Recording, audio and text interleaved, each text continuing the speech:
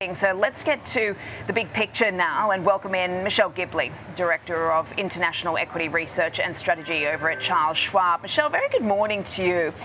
What does the fact that Trump has CEOs who represent $15 trillion in market cap say to you right now?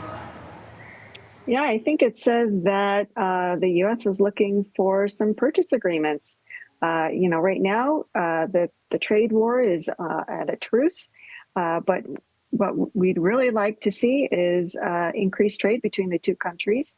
And the CEOs traveling may be looking for an opening of China's market, loosening of restrictions on rare earths. There's been talk about potential purchases of Boeing planes and beef and beans, soybeans, so the three Bs there.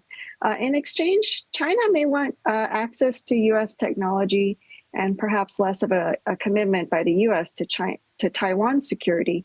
And really the question is whether we can move away from this tariff regime toward more areas of agreement in non-strategic areas. And that's the Board of Trade concept that the USTR Greer has talked about. Right now we have this trade truce until November. Both sides are really trying to strike a balance between showing strength and yet also wanting to maintain a relationship that's mutually beneficial.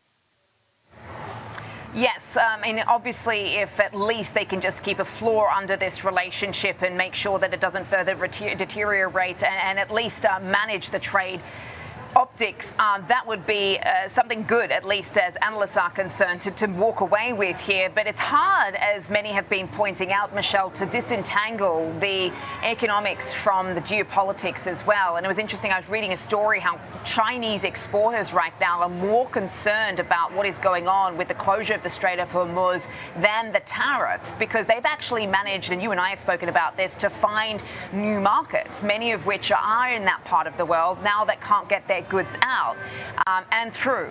So I'm just wondering, as far as the Iran side of the picture, what are you expecting on that front? Yeah, it's not clear if we'll get too much there. China obviously wants trade to continue through the Strait of Hormuz. They rely very heavily on imports from the region, but they kind of have this philosophy of trying to stay out of other people's business, and they really want to stay out of the war. Of course, Trump may ask for China to pressure Iran to the extent it can to open the strait, and certainly China would want that as well. Yeah, and a line I heard, or at least a view this morning, is that, China probably doesn't have the sort of influence to make Iran capitulate to U.S. demands right now. And even if it did, it wouldn't take arm twisting from President Trump himself. But just sticking with the region, because a very interesting story that got a lot of people talking yesterday was about the fact that this lawmaker, and I know you've pointed this out in your notes, are suggesting a national dividend of some sorts to basically share the AI profits with the people.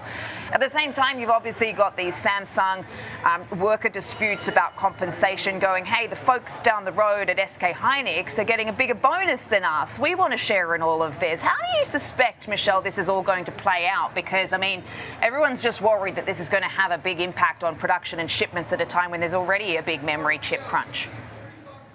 Yeah, Samsung's union is demanding 15% of the company's operating profit to be paid in a bonus, and they want this formalized in employment contracts, so not just a one-time thing.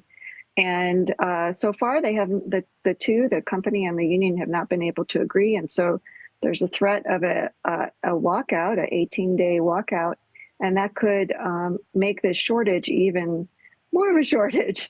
And really, like you said, the demands by the union at Samsung follow a similar move at SK Hynix, where the employees there are getting a 10% bonus payout of operating profits. And, this idea of AI profit sharing, like you mentioned, the lawmaker in Korea also talking about a citizen dividend. This is maybe a growing thing that we're seeing. OpenAI's Sam Altman also suggested the potential for a national public AI wealth fund. And so the question is, if corporate profitability is at risk over the intermediate term, when we look at these emerging market memory chip companies in particular, they look maybe attractive on a forward price to earnings ratio in terms of valuation, but remember to look at the E.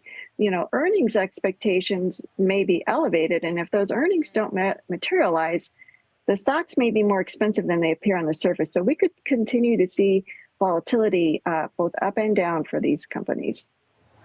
Yeah. That's something to watch as far as earnings expectations, those valuations relatively cheap compared to the US peers. Michelle, really appreciate it. Thanks for the breakdown of all of that for us today.